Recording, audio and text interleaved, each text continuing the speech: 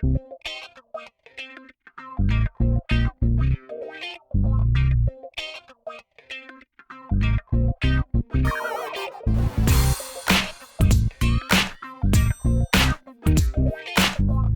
to In Pursuit of Truth. This is your host, Sir Patrick Mack. Boys and girls, it is a busy day. We've got a few Q posts here and lots happening in the news. I've got live footage of me here trying to take it all in.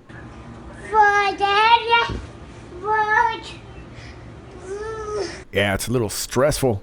The one phone is for Twitter, and the other one is like when I want to call hippo and giraffe and sometimes monkey. They're all on like speed dial. So it's technology. Everything's got a purpose, and we've got a purpose today. We've got a lot of news, but first, let's start with our calendar. And what a calendar it is, thanks to whoever posted this on Twitter. I plucked it because I'm a tweet-plucking samurai. So very busy. November 26th, that would be today, George Papadopoulos reports to jail. Now, by the time you guys get this video, it will be your daytime. It's already the 26th here, but it remains to be seen what's going to happen here. But they tried to put a delay on this, tried to put a stay on this, but the judge said the nay no. So off to the pokey George Papadop will go, reporting to jail today. Now, I'm flashing this most recent tweet from him. This is a link to his GoFundMe for some of his court fees and all that. But it looks like George Papadop is assuming he is going to be exonerated. Now, George has a lot of stories to tell, of course, and I highly suggest, if you have not checked it out already, his interview with Dan Bag of Donuts Bongino. Fantastic interview. Dan Bongino with George Papadopoulos. He's got a lot of stories to tell, and I would really just appreciate it if you went and checked it out. We're not going to talk much about Papadop, but I just want to imply that George Papadop assumes that he is going to be exonerated, and I find that very, very interesting. He also mentioned that when he is finished, he plans to testify. He's only going off for 14 days, a relative slap on the wrist. Although even one day in jail is a terrible thing. But it looks like Papadop is probably going to have to bite the bullet, head off to jail for a few days. But more interestingly enough, he did imply that he plans to testify afterwards. Let's move on for now. November 27th, that's going to be tomorrow, Julian Assange hearing. Now, this is the real interesting one. And we're actually going to cruise through some of the Q posts today so we can get to a little theory about Julian Assange. So we're not going to go much into him right now, but this is going to be really, really important. Now, nobody seems to have any real strong lead on where exactly Julian Assange is. And now, of course, I have my theory. It's the same theory it's been all along. Hasn't really wavered, but it's very interesting because it seems to me like WikiLeaks at this point is copped. But we don't know if we're going to actually see. Now, of course, they had already cut off a bunch of contact at the embassy. The lawyers weren't able to go there. They sent some of the ambassadors home, which leads me to think that Julian is no longer there. And, of course, a lot of people would like to get their hands on Julian, including the Q team, right? We want the server. We want Julian. We want both of them safe because that's what's going to bring the house down. So I'm going to leave it there for now because this one's a really, really important one. We'll get back to it, I promise. Let's move on to December 3rd. James, nobody's homie Comey. How about this? Giving some testimony. So this one is also very intriguing, and I think James Comey is having his feet held to the fire. I'll explain why in just a minute here. But testimony on the 3rd, and of course James Comey is saying, that's fine, I received a subpoena, but I'm not testifying unless it's in public because, I'm, Joe Friday and I'm Billy Badass and I want to make sure that the whole world hears this because I got nothing to hide, da da da da. Well, we all know better, right? We all know that in public testimony like that, you get lobbed softball questions, and anytime you try and go after something hard, it's really, really easy for nobody's homie Comey to just say, yeah, well, I can't really answer that in this setting. So that's precisely why he wants it to be in that setting, so that he can constantly state that he can't answer the question in this setting. And of course, he needs to answer a bunch of questions in regards to the FBI and DOJ's role in the 2016 elections. Should be interesting. I would love to see if we get wind of these Gmail drafts. We're going to have to explain more about that, James Comey, but let's move on for now. December 4th, Jeffrey Epstein trial. This is also pretty intriguing. Now, this is a civil trial. And this is him and, oh my gosh, forgive me if I get the name wrong, but I believe it's Brian Edwards is the lawyer that is suing him. This has been going on since about 2008. And they haven't been able to resolve this. Excuse me. Now, the judge said if you didn't get this resolved by September, off to trial we go. And that's exactly what happened, and that's why we're here. So December 4th, Jeffrey Epstein. Now, he's already serving, 18 months he got originally, and a lot of that was in a private cell. But the one part that I want to bring up about this is that Jeffrey Epstein made a plea deal, and that's why he got the 18 months. So what was in that plea deal? Who did he make that plea deal with? He made it with Robert Mueller, who is, of course, also working on this Trump-Russia collusion issue, right? So very, very interesting. They're going to let this pedophile go in exchange for what? What information was given to Robert Mueller? What information is already there? Now, another thing to note about this Epstein trial, he's not planning on showing up. He's not going to be there. So I want to mention that for one very specific reason, because like I talk about all the time on my episodes, we have the outward narrative, we have the inward narrative. Of course, the outward narrative is what we see on the news, here on the radio, hear everybody talking about, and a lot of times even you and I are discussing the outward narrative because it's a real narrative, even though it's probably not what's really happening. It's the story that's going around. Then you have the inward narrative, of course, which is oftentimes what we're only kind of guessing about or trying to figure out, but it's what's really going on. Now, my assumption here is if Jeffrey Epstein has already made a plea deal, it suggests to me that information was already given. Of course, the information they want from Jeffrey Epstein is who were on your planes, who were all the people. We know that Bill Clinton was on there. We know that Prince Andrew was on there. We also know that... Dershowitz was on there. Now, we don't know that Dershowitz ever flew to the island, to be fair, okay? He was on the plane. Doesn't mean he flew to the island. I just want to make that distinction. But we do have some flight logs, and that's really what they're asking about with Jeffrey Epstein. And I would assume in the outward narrative, since he's not going to show up, the lawyers basically just have to read his depositions. He's pled the fifth on everything, which means he's guilty of something. And because he had a plea deal, it means he was guilty of something. And of course, he's serving time already, right?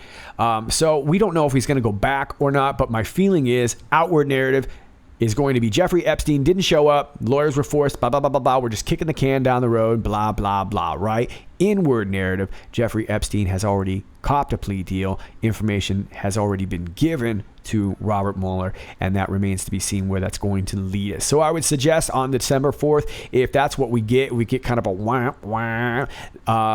My only thought on that is wait and see, because that may not be finished on the December 4th. Let's move on for now. December 4th also is going to be hosting Aunt Loretta Lynch's testimony, former AG. So what was up, Aunt Loretta?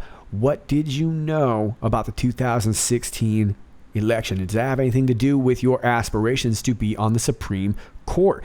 Do we have audio? Do we have audio by way of Julian Assange? Do we have audio by way of that plane that you met with Bill Clinton on the tarmac? What were you discussing? Were you getting basically a clean slate and a chance to be on the Supreme Court in exchange for making that email thing go away for Hillary Clinton? Was that something that you discussed with James Nobody's Homie Comey, who's going to be testifying just the day before? And then, of course, the very next day, December 5th, John Huber. John Huber, of course, being a prosecutor from Utah. And this has been our man all along, that for months and months, nearly a year now, he has been tasked with the investigation of a lot of things. Or not so much the investigation. The investigation is on Horowitz, but deciding on whether or not to prosecute, form grand juries, blah, blah, blah, blah, blah. That is John Huber. Now, he's going to be giving some testimony on December 5th. And that is precisely why I said Comey's feet are on the fire, as well as Loretta Lynch, because they're going to have to testify just days before. And if Huber comes out and shows all his findings, and that contradicts what we've heard from Comey and Lynch, now they've got themselves another problem to deal with, which would be lying under oath, right? So this is very interesting and seems to me very strategically timed. Let's move on for now. December 18th, Michael Flynn sentencing. Now, if you've been following this for a while, we know that the sentencing has already been delayed a couple times. Now, I'm just going to present three situations, and I think there are more possible outcomes, but I'm just going to suggest three for now. First of all, let's consider that December 18th, although it's not very far away, it is a lifetime considering all these previous events that we just discussed. They are definitely going to change the narrative, right? Particularly Papadopoulos, James Comey, and essentially Julian Assange. So what could be going on here between now and the 18th? So number one, Michael Flynn finally gets sentenced. Finally, we get enough information. We see what's up. Michael Flynn is guilty of whatever, and he ends up being sentenced as I would suppose the outward narrative expects, right? Number two, we kick the can down the road and we just delay it again. We got more things going on, blah, blah, blah, blah, blah. Michael Flynn's going to get another date, and we're going to wait till after the year. Or number three, we get so much information between November 26th and December 18th that Michael Flynn, as well as maybe George Papadopoulos, end up being exonerated. So those would be the three possible outcomes that I could think, but it could be something else. You never know. Anyway, let's move on to December 22nd, DHS report on voter fraud. That's going to be a big one, yeah? Because this very well could shape our numbers a little bit different between the House and the Senate. It remains to be seen. If we end up seeing some massive voter fraud, and we're not even just talking about this year, we could be talking about 2016. We could be even talking further back. Who knows what this voter fraud could reveal? It could nullify a lot of seats. It could empty a lot of seats. We could be seeing a lot of seats vacating. Who knows? Do we end up with that 53-47? Is it a much more out of whack number? Who knows? But we do know voter fraud exists. And we're going to see that DHS report on the 22nd, just in time for Christmas. So hopefully we'll have lots of things to celebrate. That's kind of a basic rundown. Let's go ahead and get to the Q post. We are working off a Q map today because it's working better. 24.99. 52 minutes after the hour, 7 a.m. We get this here. This is entitled House of Cards JPEG. And this is a screenshot of a post from a couple days ago on the 21st. It gave us this Hill link. House GOP to hold hearing into DOJ's probe of Clinton Foundation. And that's really the big thing right there. December 5th, D5. And of course, that's the day that Huber is going to be testifying. Nothing can stop what is coming. Nothing. Now, please don't send me any more D5 ideas. I've heard them all, and I think they're all great, and I think they're all possible. I still think we're talking about a massive avalanche. But the more important thing Q, I think, is alerting us to is December 5th. And of course, nothing is going to be able to stop that. Huber is going to testify. We're going to see what's up. And I think that's got the deep state in the massive panic that we're talking about. This is going to expose the Clinton Foundation. And Clinton Foundation is essentially going to bring down that entire house of cards. Now, we get this Twitter link right here to Donald J. Trump status. Clinton Foundation donations dropped 42%, which shows that they illegally played the power game. They monetized their political influence through the foundation. During her tenure, the State Department was put in the service of the Clinton Foundation. That's a quote from Andrew McCarthy. And of course, I think that's the very thing we're going to find out on December 5th. This tweet is from the 25th of November. Okay. So Q says everything stated has a purpose. Think timing of tweet above versus last drops. And the last drops, we're talking about Maggie Haberman. Now we go back to this House of Cards reference. Now, I would like to mention this on a side note. I know that there is a TV show called House of Cards. I don't watch TV, so if you happen to know of a particular episode in which you think might be relevant or something like that, it could very well be a House of Cards reference. I also want to mention that our boy over there at CNN, Jim Acosta, he actually was once on an episode of House of Cards. Could it be a Jim Acosta reference? Or are we simply talking about bringing the entire House of Cards down, in which maybe only takes the removing of one card to do so? So now Q talks about Maggie. The New York Times regarding WikiLeaks Maggie drops, regarding WikiLeaks attacks regarding Q. Okay, well, if you recall, and I posted this a couple times, I think this was in my last video, maybe 2 videos ago, Maggie Haberman is sort of their lapdog, the deep state media lapdog, right? And she was mentioned in WikiLeaks emails that she was sort of their home run hitter, if you will. She tees up stories, knocks them out of the park. She basically sets up the disinformation, and she's also sort of a dog whistle, if you will. And I guess she is sort of a sounding alarm for the deep state too, probably through her tweets, probably through her articles, probably speaks a lot of code to the deep state. But Maggie Haberman is definitely gutter trash. And that's exactly what Q is talking about. Of course, she started panicking. And I think that's what Q is talking about here regarding a WikiLeaks attack regarding Q. They also came out with a tweet that was kind of knocking Q. And I'm going to get to that in a minute here. But let me just turn you on to this tweet from Maggie Haberman. And here it is, posted on November 20th. Overheard on the Q train intercom. Attention passengers. The intercom phone is for emergencies only. It is not for asking the conductor questions. Okay, interesting. So she's taking a swipe at not just QAnon, but people who follow QAnon, kind of suggesting that Q doesn't accept any line of questioning. We just have to sort of believe it like a cult, right? Well, we all know that's not true. We have a lot of people that question a lot of things about Q. We always have questions for QAnon. It isn't something that we just blindly believe in. We're following. We're trying to figure out what's going on. That's all QAnon really is. Why would somebody like Maggie Haberman be all of a sudden so threatened by QAnon? She hasn't really gone off after them that much, but here she is again, November 20th, posting this. And of course, it's this outward shot at QAnon followers, or could it also be a sounding call by using the word emergency? Is she implying that there are some emergency measures that need to be taken? But either way, it seems very strange. Maggie Haberman, you're big time, New York Times, Politico, right? You're in all those big newsy news channels. Why would you care about something like QAnon? Okay, well, let's take a look at this post from WikiLeaks. And this was posted on the 25th. Do U.S. Democrats have their own QAnon conspiracy cult of vagueness? Yes, an analysis. And it takes you to another post from Adrian Oakes, which is it's an interesting story, but we're not going to cover it today. But that was sort of WikiLeaks' knock on QAnon. Now, remember, ever since we sort of lost touch with Julian Assange, it has been highly suspected amongst many of us that WikiLeaks has been compromised. And I believe that to be true. Now, I don't know how nefarious it is. I'm not really sure where this is all going to go, but WikiLeaks is definitely not the same WikiLeaks that we knew from before, right? This is definitely a different story. But let's get back to Maggie Haberman, and let's take you back to the Q post 2498, just the very last post. If you remember, we had these two links right here. They were both to the New York Times, both of them written by Maggie Haberman, and just recently, just last week.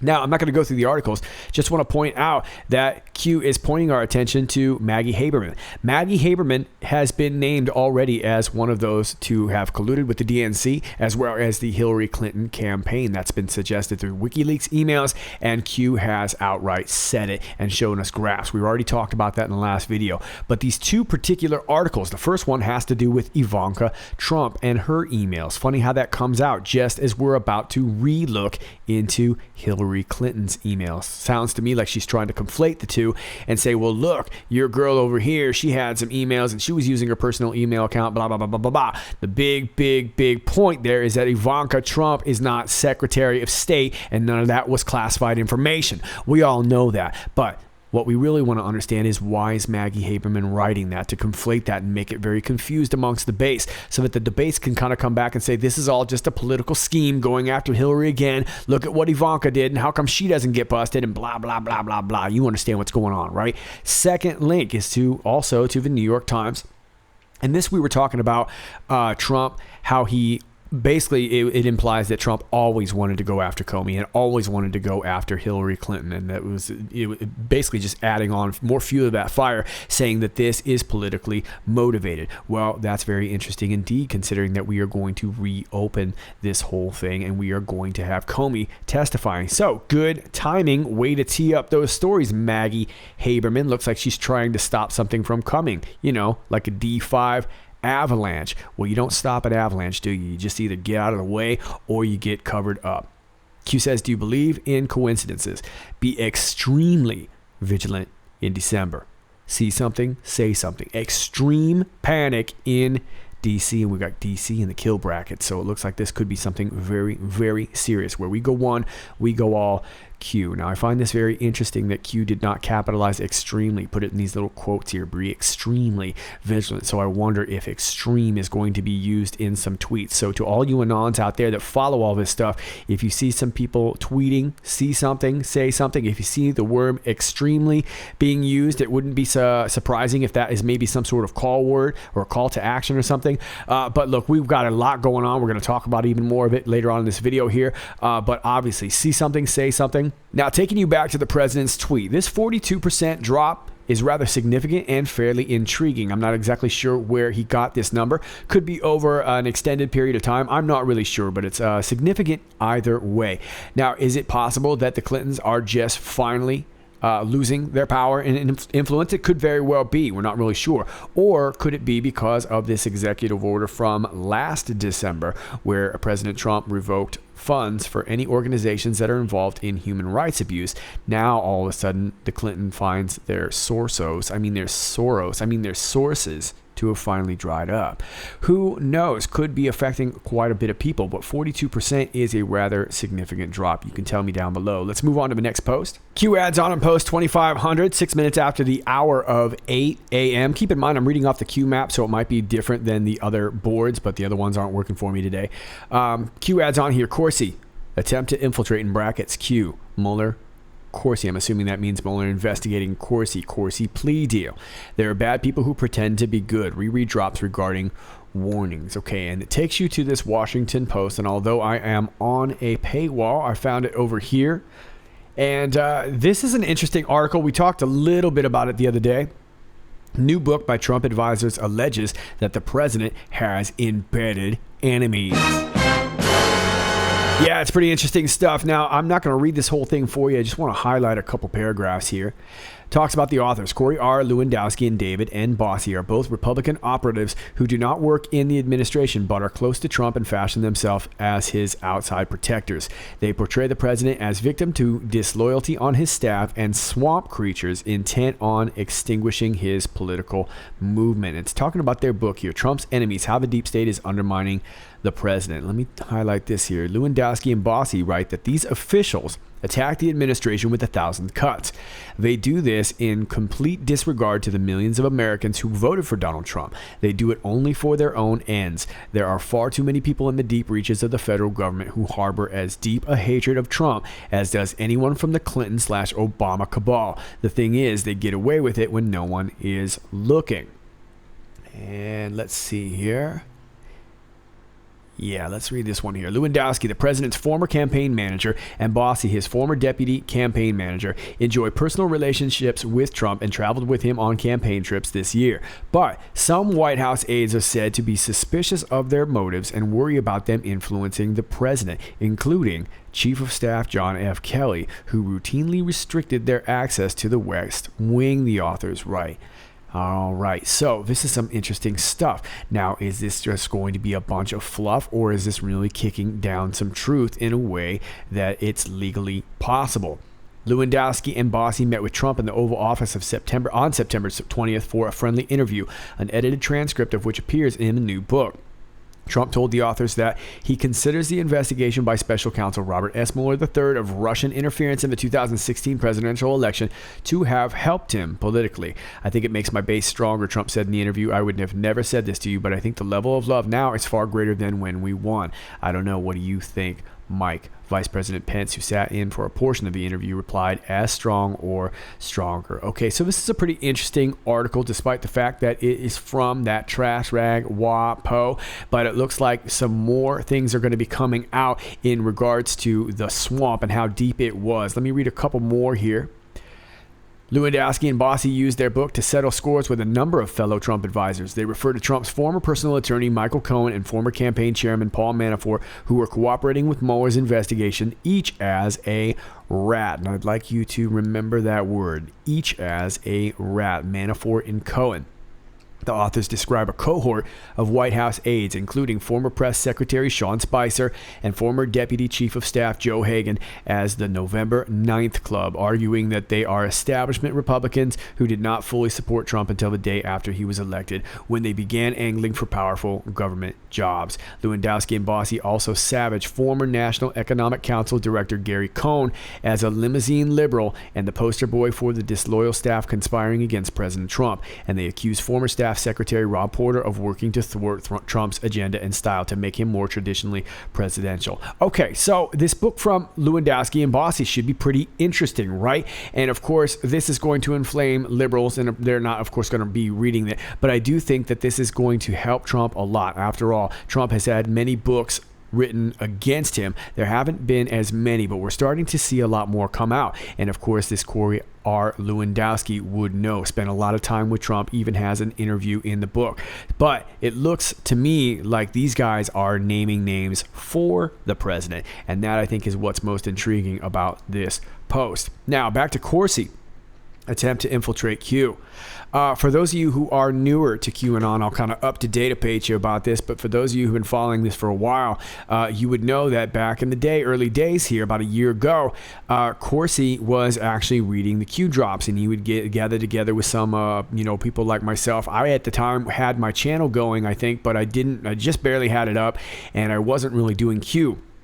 But I was intrigued, and I was following, and I was listening to Jerome Corsi, and of course I was kind of excited because I'd followed a little bit about Corsi, never read his books, but I was familiar with him, and I always found him to be rather interesting, fairly innocuous. He didn't usually have the breaking scoop, so I didn't follow him a lot, but I don't want to make this big about Corsi. But more importantly, he started to decode Q, and what I noticed right away is that these decodes were terrible, and I mean terrible, and they were so terrible that they sparked me to act. And actually, that's kind of what got me started on QAnon myself. My original plan for this channel was not to do QAnon, and of course I plan to do a lot of things past QAnon too, but that's essentially what got me into doing Q, is that the fact that something didn't feel right about Corsi, and it never really has, and probably because I've always noticed those Corsi Mossad ties. Now, I don't have time to get into all those ties. You're just going to have to look into them yourself, or choose not to believe me. But either way, I'm not here to argue about Corsi. Seriously, do not argue with me about Corsi right now. I'll do it in another video. Ain't got time for that. There are bad people who pretend to be good. Well, that's what Q has kind of alleged about Corsi this whole time, right? He sort of went on a tirade against Corsi, and that was right the time. As soon as Q denounced Corsi, Corsi stopped decoding Q, and then all of a sudden it became this thing about Q. And now he's had a little Twitter battle the other day regarding Q. Looks like this started about 6 hours ago when a Jedediah posted this Q post to Corsi's Twitter, and Corsi responds, "Let's see how smart Q is in the next few days." Okay, so QAnon calling out Corsi, Corsi calling out back. How about that? We're not going to go through all these because a lot of this is just some baby mama drama kind of stuff right here. But Corsi says here, "Have fun, Q supporters. Continue to trust Q with few exceptions. Mossad recruits only Jews. I continue to support Donald Trump, and I did not lie to Mueller's Inquisition. I invite you all to watch starting tomorrow. Q attackers join hard left in trashing me." Okay, well, like I said, I'm not interested in trashing Corsi at all. I'm just interested in figuring out what's going on. Now, these next two tweets are basically the same ones. It looks like Corsi tweets here and then quote-unquote corrects it. The first one says, "Canon is not my God," and you can see the O capitalized here. "My Lord and Savior is Jesus Christ. I did not trust Sessions. I do not trust Huber, and the XXXK sealed indictments are not deep state. I oppose ideologies of all kinds, and I support real Donald Trump. We will win because in the end, God always wins." Well, I suppose there's a lot of truth right there, isn't it? And then, of course, you can see up here, he corrects to QAnon, keeps the O capitalized, and you still see the XXXK. Now, that may be some kind of decoding stuff there or whatever, but I took that as sort of a slap in the face to Q supporters, saying, go ahead and waste your time trying to decode my tweet, just like you would decode Q. Remember, Corsi's very familiar with Q, and I don't doubt for a second that Corsi has followed every single word that's gone on with Q. I'm quite certain of it. Anything past that, like I said, I'm not interested in throwing him under the bus. But it remains to be seen how it all kind of turns out. Let's go back to the Q post. Q says, "Those most," in brackets, "who left the White House did not have a choice. Fake news, fake MAGA. Transparency is the only way. Patriots united. Q." Okay, so essentially what I see here is that we've got a reference to this book talking about all the people who left the White House. Looks like we're getting some perspective as to some of their stories, because this book is calling out some names. So we're going to get some insight as to all these different aides and speakers and whatnot. You guys remember the first few months were so tumultuous, right?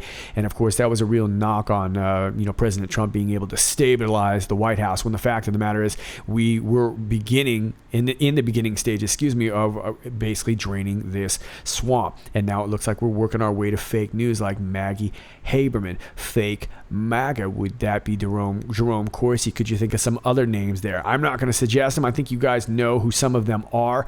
I don't want to call ones out because we don't really know yet, but we can kind of see, and we can kind of see what's going on. We've seen the people who have tried to debunk Q, and we've seen the people who look. It's all comes down to what the work they produce, right? So It looks like the fake MAGA is going to come out against the woodwork. We're already getting more attacks against Q. That looks like a very clear attack with Maggie Haberman. So it looks like fake MAGA guys are going to come out of the woodwork. Also, transparency is the only way. Patriots united. Yeah, look, at the end of the day, you're just going to have to kind of gather all this information and make decisions for yourself. Those are the people that I trust, are the ones that aren't trying to cram their opinion down my throat, right? Let's move on to the next post. Post 2501, 55 minutes after the hour of 8, we get this post 2176 from back on September 15th. This was regarding Executive Order 13526. 1 plus 3 plus 5 plus 2 plus 6. 17! Section 1.7. 17! Now, we're not going to talk about this just yet because Q will post it down below here. Let's start with this. Whitaker, in conjunction with the Office of Inspector General, approved the release of classified docs 1 through 4 as requested by the House Committee and as ordered by the President of the United States. Will the release occur prior to scheduled testimony? List advantages. Well, I would imagine that the advantages of the release would be that you've already got the truth out there, so the testimony is only going to have to either support the truth or contradict, and it will be obvious because the truth will already be out there. I think it would water down the testimony, though. Will the release occur post scheduled testimony? List advantages. Well, I think if you swap that, if you get the testimony first and then you get the D-class, you will see the contrast, and I think that's what's really going to expose this whole thing. Like I said, Comey is now got his feet to the fire, and it's going to really, really affect how he gives testimony, even if he had to do it in public, which very well could be, although I hope that it is not the case. But we'll see how that plays out. But either way, I would assume, and I've said this all along, that the threat of FISA D-class almost makes this worse, because now they're going to perjure themselves, and they are going to find that they're going to be under oath, and they most certainly don't want to be in that situation, especially considering if we've already got all the information ahead of time, and if we have Julian Assange. If those testifying no, select classified documents will become public. Self-incrimination. How might that alter, change their testimony? Precisely what I just said. DC has become rat infested. How about that? There's that word rat again. And then we get this link right here, and this takes you to the Executive Order 13526. I know. Now, we're not going to go through this bad boy because A, it's a 30-page document, and B, we already did a long time ago, but this was signed back in December 29th, 2009. Well, who would have signed an executive order back then? That's right, none other than Barack. Saved the drama for Obama. But all we really need is right here in Section 1.7. Classification, prohibitions, and limitations. A, in no case shall information be classified, continue to be maintained as classified, or fail to be declassified in order to 1. Conceal violations of law, inefficiency, or administrative error. Well, we had lots of that, right? Which means we've got to let it go. Number 2, prevent embarrassment to a person, organization, or agency. 3, restrain competition or prevent or delay the release of information that does not require protection in the interest of the national security. Well, yeah, it seems to me that the interest of national security would be a lot better served if we get this thing declassed, right? Does UK stand with the US or only select divisions within the US? Well, I think we know the answer to that. I think we have the answer with the people. The people want their freedom. People want their Brexit, and that's what they're dealing with out there right now. I think they would love to have more of a QAnon influence going on over there, but the crowd is most certainly growing.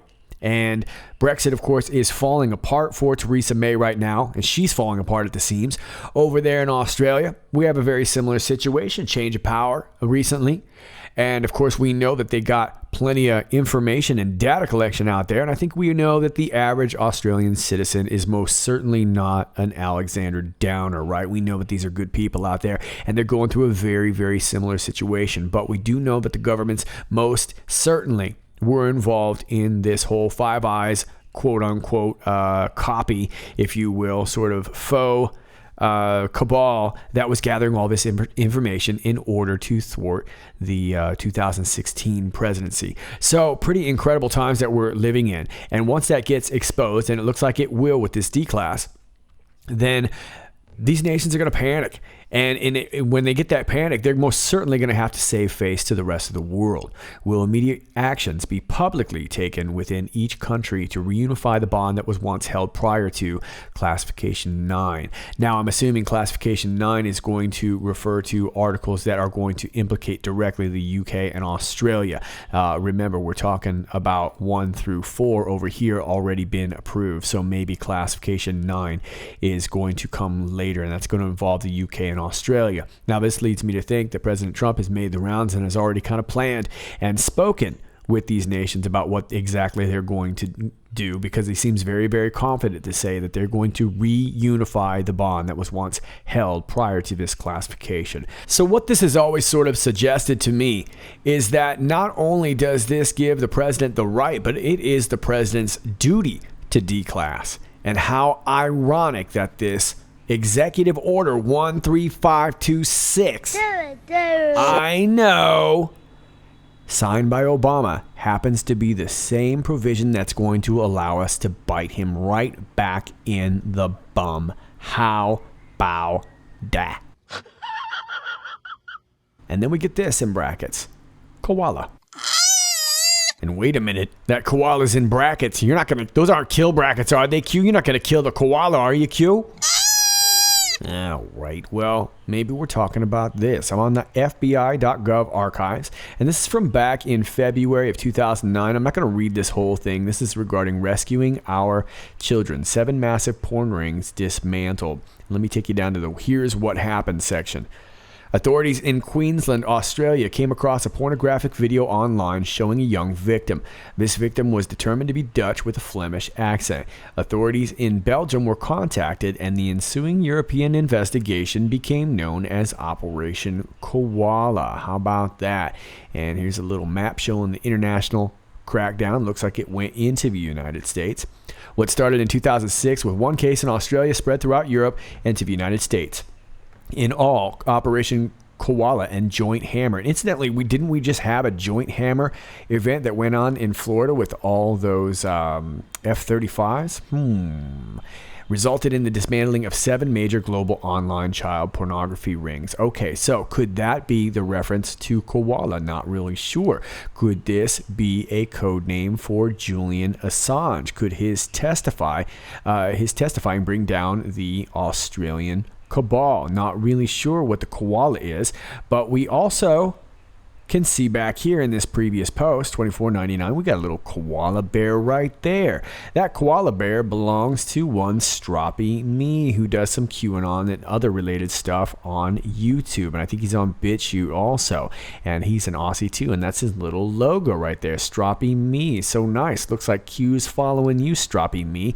And of course, Stroppy Me is also featured here on the QMap video section. You'll be able to see some of his videos, along with this Joe M, who made this Q We Are the Plan. And there's Stroppy Me right there. And oh, hey, look, I know that guy. How about that?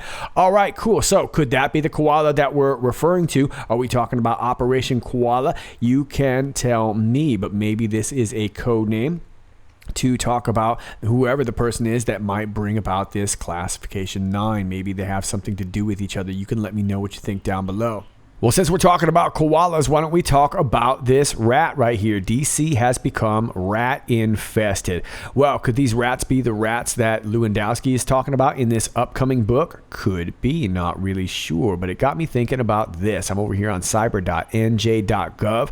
New Jersey Cybersecurity and Communications Integration Cell. It's called Havex. Havex is a remote access Trojan, otherwise known as a rat, that was discovered in 2013 as part of a widespread espionage campaign targeting industrial control systems used across numerous industries and attributed to a hacking group referred to as Dragonfly and Energetic Bear. In 2014, cybersecurity firm CrowdStrike assessed that Energetic Bear was linked to Russian intelligence services, and the Havex malware and Dragonfly Energetic Bear group identifiers were later named in the December 29, 2016 2013 Grizzly Step Joint Analysis Report published by the FBI and DHS, publicly attributing various activities to RIS. How about that? So, what was this group doing? According to the cybersecurity company Dragos Incorporated, Havex is estimated to have impacted as many as 2,000 infrastructure sites, a majority of which were located in Europe and the United States.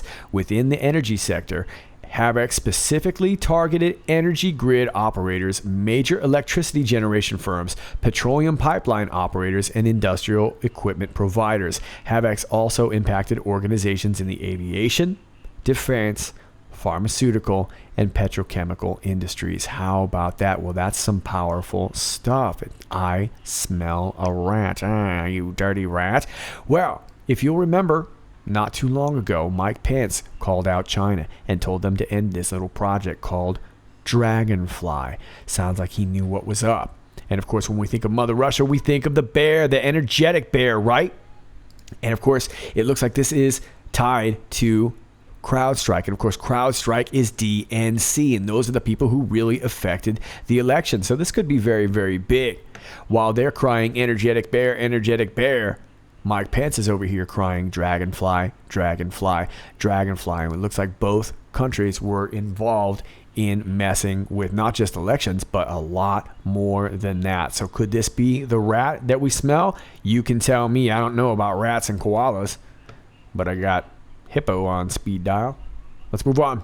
Post 2502, 37 minutes after the hour of 9. Border security equals national security. Of course it does. And this is for the fiscal year 2019 defense spending bill. And this is this right here. President Donald J. Trump signed a $1.3 trillion spending bill on March 23, 2018 that includes a $160 billion boost in defense spending over 2 years, reversing years of decline and unpredictable funding. Okay, well, we kind of knew about this already, and some of this is still yet to kick in, but this is for the fiscal year 2019, and I think Q is basically letting us know that some money is there. Budget overview, budget reconciliation, and that's what this next link is right here. Now, this is interesting. And this is something that you can participate in, and I'll leave this down below. Should the border wall be funded using the reconciliation process? Well, this will kind of describe it here. Border security is too important to be blocked by a Senate filibuster, so funding for the border wall should be provided through the reconciliation process that only requires a simple majority, okay? And then you can click that if you are in favor. And if you're not, this bill is going nowhere and represents an abuse of the budget reconciliation process. Spending $25 billion on a border wall shouldn't happen without the votes of at least 60 senators. Okay, well, we're starting to see this really boil over. And right now, here is a little clip. I wanted to talk more about this morning, but we got a lot of Q posts here to deal with. But this is the San Isidro border. I lived here for years. You have nearby Chula Vista. This is southern San Diego and Imperial Beach just to the south. There, I crossed this border quite a few times in my life, and I've never seen anything like that. But you can see it's clearly overwhelming there. Now, I can't go into the border too much because I've got other things that I want to talk about. I want to finish this queue here for you. But we've seen that they started to cross in a big way today, and this is a very, very big deal. So I will leave this for you here, and you can check this. But this reconciliation process basically skips a filibuster, and a filibuster is basically when the lower part of the House or the minority kind of ties everything up, and we go back and forth over this for the next 2 years, which is obviously what we don't want to do. Q says, what if the House fails prior to majority change? Well, that'll remain to be seen, especially when we're still going to sift out some of this election fraud process, right? Some of this might be null and void anyway. What vested authority does the Constitution grant a sitting president regarding matters of national security? Well, it allows him to act the military, and enacting the military is going to be a big deal, but we have to really see something big. Just seeing people flood through, it's terrible to watch, but we really need to see matters of national security. It has to be obvious, absolutely obvious, and of course, thanks to Mr. Soros, it looks like that's the way it is going. They're already firing tear gas at people on the border. This is becoming really, really ugly. So please pass this on. Excuse me, it's this one right here. Give yourself a vote and let's get this done. Let's build that wall. But it looks like we are playing this right down to the edge of the fourth quarter, and we'll have to see how this plays out. But thanks, Mr. Soros, for all the globalism. Appreciate it. Okay, Patriots, those are your Q posts. I still want to get to the Julian Assange content. I may just make a smaller supplementary video to go along with this, whether you get it later on today or tomorrow. Depends on what happens with these Q posts, but I will get it out to you real soon. I'm going to keep working. But for the sake of those of you who are in the United States and like to watch these videos with your coffee, I want to go ahead and end this video now so that I have time to upload it and get it all done by then. All right, as always, if you like this video, please click like, share, and subscribe. And if you're new to my channel, please keep in mind that all those things that I just asked you to do will get undone from time to time by social media because they don't want you and me to be together. True story. All my links are down below. My Gab, my BitChute, my Real.video, which is now Brighteon.com. Those links are down below. I'm over here on Twitter. If you would give me a follow at IPOT1776, that's at IPOT1776. And if you want me to follow you, you got one simple task. Make me laugh. Don't care if it's a meme. Don't care if it's a good joke. Don't care if it's a good pun, but you got to make me laugh. You got to make an effort. Don't just say follow me. Don't just say please follow me. Make me laugh. It's that easy. I promise. It's that easy. All right. My email is also down below. And if you'd like to support the channel, my Patreon link is down below too. And I would greatly appreciate it if you gave that a check-see also. All right, kids. This is Sir Patrick Mack, and I'll be talking to you real soon. Until next time, stay safe.